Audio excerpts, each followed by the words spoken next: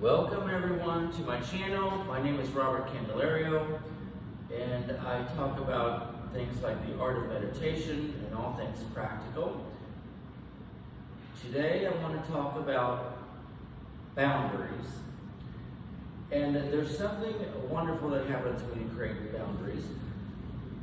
This is where you slip from living a life that is a hell no and going into your hell yes, right? It is the life that you want when it's guilt-free, shame-free, and you're more free to be yourself.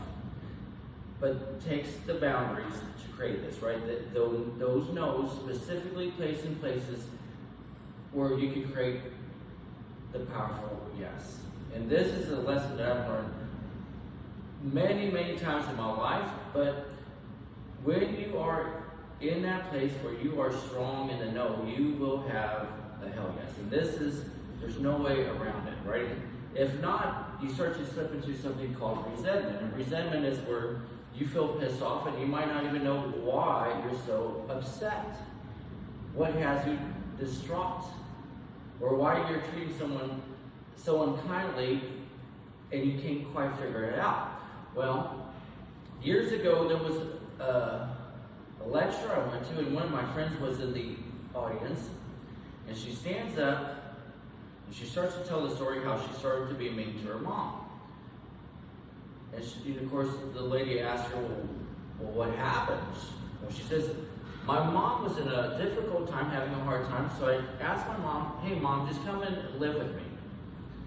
And so the mom moved in with her, but eventually she started to be really mean to her mom, like very unkind. So then the lady asked her, well, did your mom ask to move in with you? And she said, no. So then she asked the question, well, why did you ask your mom to move in with you? Well, my mom was having kind of a hard time, and I just felt that I should ask her to come. So of course she crosses herself because she really did want her mom to live with her. So then she asked her the question, well, how are you treating your mom? Like garbage, was the answer.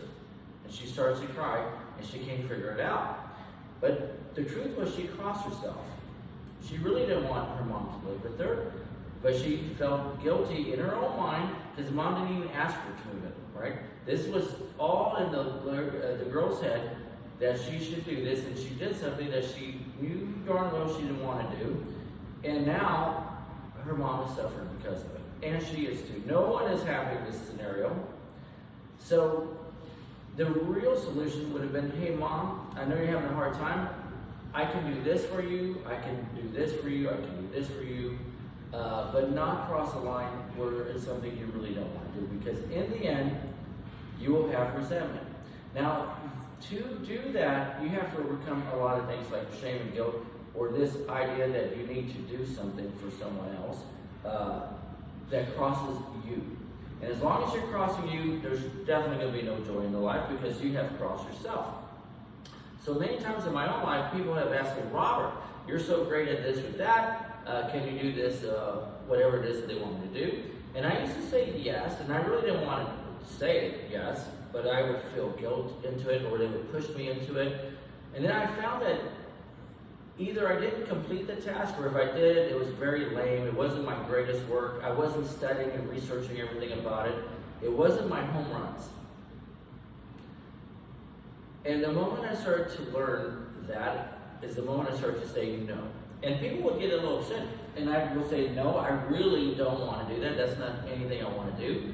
And they would sometimes persist, right? There's always that one that wants to persist. And I'd say, hey, why don't you do it? It sounds like you're really excited about it. Or, hell no. There's nothing in this body, in this heart, in this mind that wants to do that. Like, nothing at all. And that's the way you gotta talk to people sometimes. No way, Jose, do I want that. And the funniest thing happened after I did stuff like that is that when I actually did say yes, I mean, when I was like reluctant to say yes, like this, it was rare. It was only if I really wanted to do it. All of a sudden, I was researching it, I was studying about it, I was bringing my best work into it, and I was so passionate, it was like the best thing ever. And of course, this joy started to come up, and I was excited. I was jumping out of bed to do whatever it was that I wanted to do. So I learned the hard way that to develop a hell yes in your life, the yes that you really want, you got to go back to the no's. And if they're not happening where they need to happen, it's going to be really hard to create a smile on that face. It's going to be almost impossible because you have crossed the number one person, and that's you. So the funniest thing about this is that when you are following your truth, your passion, and respecting yourself enough to say no to people with things you really don't want to do, when you live a life that's guilt-free and shame-free, you create an inspiring life that inspires other people too. So everyone around you benefits because you're joyful, you're excited, you're not dragging, because you have learned boundaries. And that is why the boundary always works. You might feel guilty, I should do this and I should do that, it should be like this, but those are like toxic patterns, right? Those are the patterns where you're never going to have the hell yes. No one has ever said, I developed the best life ever from living a life of shame and guilt. It's not going to happen.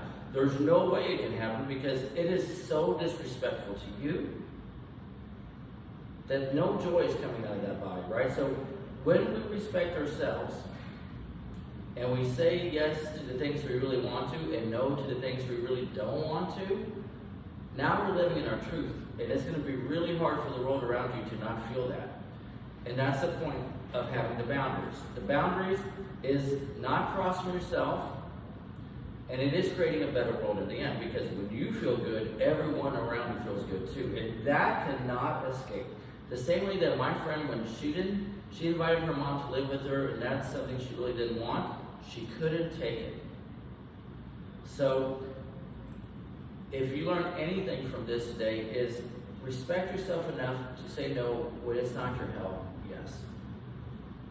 And if you feel guilty, then really say no to it. That's the one thing you shouldn't do when you feel guilty. Don't do it. Well, guys, I hope you enjoyed that. I hope it gives you some insight on living the best life ever. Hope to see you soon.